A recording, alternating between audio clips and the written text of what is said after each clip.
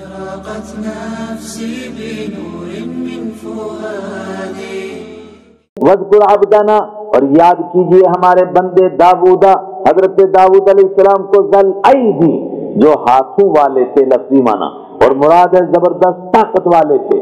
اور بیان کیا کرنا ہے کہ زبردست بادشاہ بھی تھے، مگر اس کے باوجود کیا تھے؟ انہو اواب، بے شک وہ اللہ کی طرف متوجہ رہنے والے تھے۔ طاقت بہت ہے، بادشاہی بہت بڑی ہے، مگر ہیں کیسے؟ انہو اواب، بے شک اللہ کی طرف متوجہ رہنے والے تھے۔ بادشاہ تو ایسے ہیں کہ ایک مرتبہ نہا رہے تھے، بخاری شریف میں حدیث ہے کہ ان کے اوپر ٹڈیوں کی بارش ہونے لگی، دیکھا ٹڈیاں کس کی؟ سونے کی ٹڈیاں، تو انہوں نے پکڑنا شروع کیا تو اللہ کی طرف سے آواز آئی، اے داؤد علیہ السلام، کیا آپ کو تمام ضرورت کی چیزیں جو بھی ایک بادشاہ کو ضرورت ہوتی ہے وہ سب آپ کو دے دی گئی ہیں، آپ پھر بھی ان ٹڈیوں کو پکڑنے کے پیچھے لگ گئے؟ کیا ہے بار الہا، مجھے سب کچھ مل گیا، مگر یہ آپ کی برکت ہے، آپ کی رحمت ہے، تو کیا میں اس کو چھوڑ دوں؟ آپ کی رحمت تو میں ضرور لوں گا، یہ آپ کی طرف سے آ رہی ہیں۔ اتنے بڑے بادشاہ ہیں مگر انہو اواب، اللہ کی طرف متوجہ رہنے والے تھے۔ کیسے؟ حضرت رسول اکرم صلی اللہ علیہ وسلم نے دیکھا کچھ لوگ مسلسل روزہ رکھنا چاہتے ہیں، آپ نے فرمایا جو ہمیشہ روزہ رکھنا چاہتا ہے تو اس کے لیے سب سے بہترین روزہ حضرت داؤد علیہ السلام کا صوم داؤدی ہے۔ عرض کیا وہ کیا ہے؟ ایک دن حضرت داؤد روزہ رکھتے تھے، ایک دن نہیں رکھتے تھے، اور پورا سال اسی طرح گزارتے تھے، اور اپنے گھر کے اندر آدھی رات عبادت کے لیے رکھی ہوئی اور آدھی رات تھوڑے سے دوسرے کاموں کے لیے، اور دوسرے حضرات نے کہا نہیں، اپنے پورے گھر کو بانٹ کر رکھا تھا کہ میرے گھر میں کوئی لمحہ خالی نہ جائے کہ جس وقت میں کوئی نہ کوئی اللہ کے سامنے سجدہ ریز ہو، ہر وقت میں کوئی نہ کوئی عبادت کے لیے۔ اور اپنے لیے کون سا وقت رکھا؟ رات کے بیچ کا حصہ جس میں لوگوں کے لیے جاگنا مشکل ہوتا ہے، یہ وقت اپنے لیے رکھا ہوا، صرف بس اللہ کی عبادت میں مگن۔ انہو اواب، بے شک وہ اللہ کی طرف بہت زیادہ رجوع کرنے والے تھے۔ اللہ اکبر۔ آپ ان کو یاد کیجئے، اللہ نے ان کو طاقت کیا دی تھی؟ انا سخرنا الجبال، بے شک ہم نے مسخر کر دیا تھا پہاڑوں کو، معہو، ان کے ساتھ، اور آگے آ رہا ہے والطیر، اور پرندوں کو بھی ان کے ساتھ ہم نے مسخر کر دیا تھا۔ پہاڑوں پر بھی حکومت اور پرندوں پر بھی حکومت، اور پہاڑوں پر کیا حکومت تھی، پرندوں پر کیا؟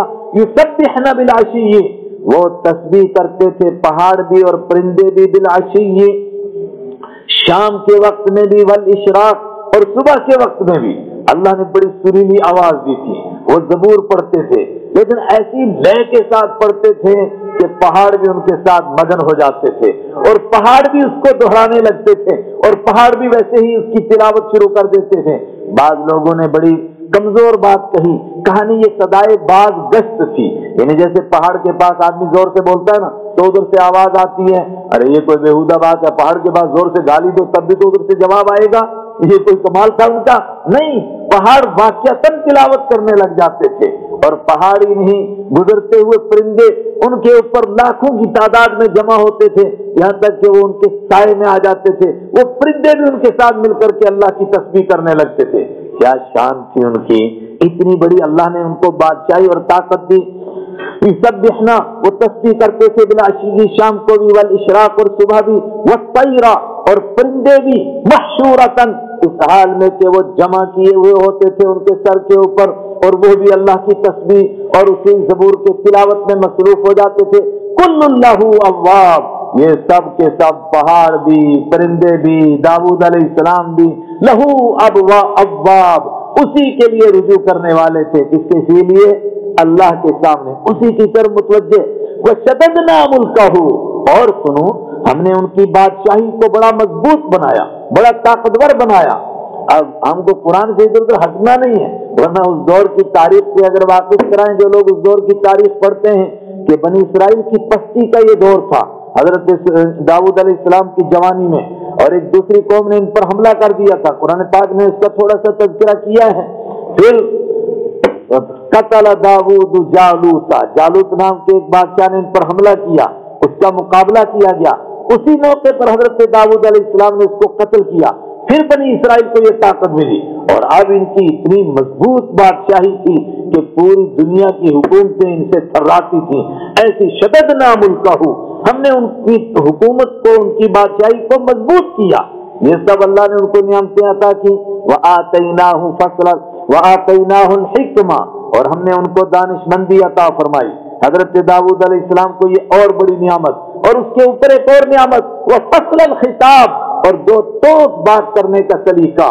یہ اللہ تعالیٰ کسی کو عطا فرماتا ہے. اس امت میں بہت سارے لوگوں کو, حضرت علی رضی اللہ تعالیٰ عنہ کو اللہ نے یہ طاقت عطا فرمائی, بس کتنا بڑا مسئلہ ہو چٹکیوں میں حل, دو ٹوک فیصلہ. اسی لیے عربی میں مشہور ہوا کہ حضرت علی رضی اللہ تعالیٰ جن کی کنیت تھی ابو الحسن, کہ حضرت حسن کے ابا وہ مسئلہ حل کریں گے. تو جب وہ دنیا سے چلے گئے تو پھر لوگ کہتے تھے قضیۃ ولا ابا حسن اللہ, اب مسائل تو ہیں لیکن حضرت ابو حسن یعنی حضرت علی رضی اللہ تعالیٰ عنہ نہیں ہے.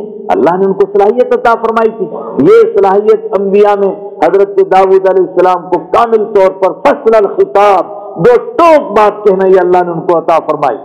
اس تمام کے باوجود کیا کرتے تھے وہ, بولیے نا, بتانا کیا ہے, صبر کرتے. اس کے باوجود بھی وہ طاقت ہے, حکومت ہے, بادشاہی ہے, زبردست بادشاہی ہے, مگر صبر, مگر برداشت ہے.